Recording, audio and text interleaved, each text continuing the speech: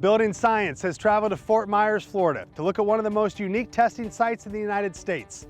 Sitting on 6 acres of land and housing over 100,000 samples of its product, a small team gathers daily data and in one case has watched their product perform in a real-world environment for 48 years. This is the Building Science of Valspar, Coil, and extrusion.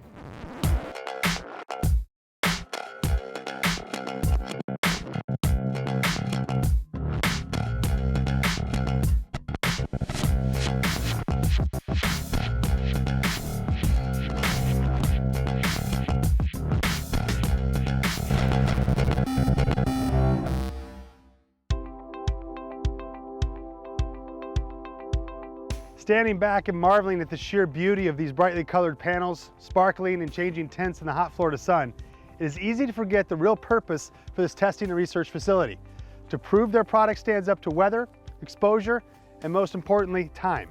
And nobody takes that responsibility more seriously than testing site group leader Marlene Garrow. There are about 100,000 panels out there. The oldest being... And you know each one? Yes. By name? Well, they're like my children. We have racks and racks of panels where we're doing pigment studies. We're looking at the next generation of pigments. We're looking at all the different color spaces we can do to understand how are they going to weather, how are they going to hold up in a natural environment. It never ceases to astound me how they've maintained their quality, their color, and their look for that period of time in a severe environment like Florida. This facility right here is really in one of the harsher places that buildings go up.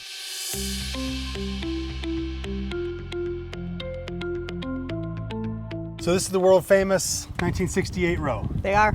The first 2 rows are been out here since May of 1968. So they've been hit by the sun, by wind, by rain, hurricanes, salt. Yes, they withstand it all. You see these panels here are 45 degrees south facing. That's a standard that will give you the most direct sun exposure.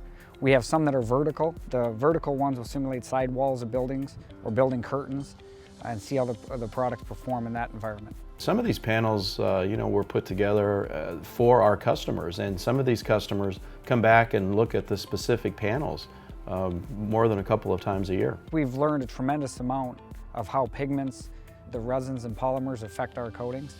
And we're continuing to learn more every day. That's why it's fun coming back out to this site.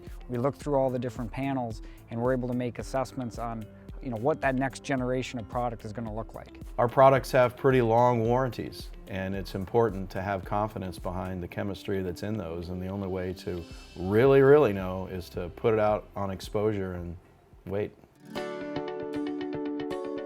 If a customer comes to us and asks for something new or different, or if we decide this is something the market would be interested in, we've got so much data here that we can pull from. We don't have to wait 10 or 20 years. We've already collected that data. We know ahead of time what the risk is and what raw materials can we combine together to give us this end performance. So it really cuts down the cycle time of new development products. These are the 1970s panels? Yes. All right, so most of these panels, does this bother you here? No. Does that bother you? No. Why not? Because they're our competitors.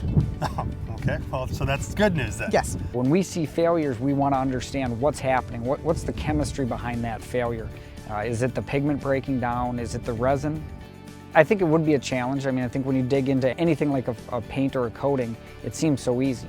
People walk into a Lowe's and they see paint and it's mixed up and it's all that simple.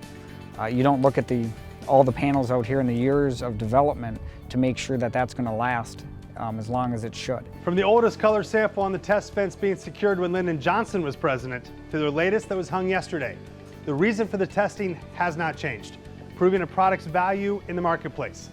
Now, the science behind Valspar's product doesn't stop at the research equipment either, but continues to the sales teams, engineers, and the global technical team that is responsible for not only creating new products, but ensuring the durability of their current ones.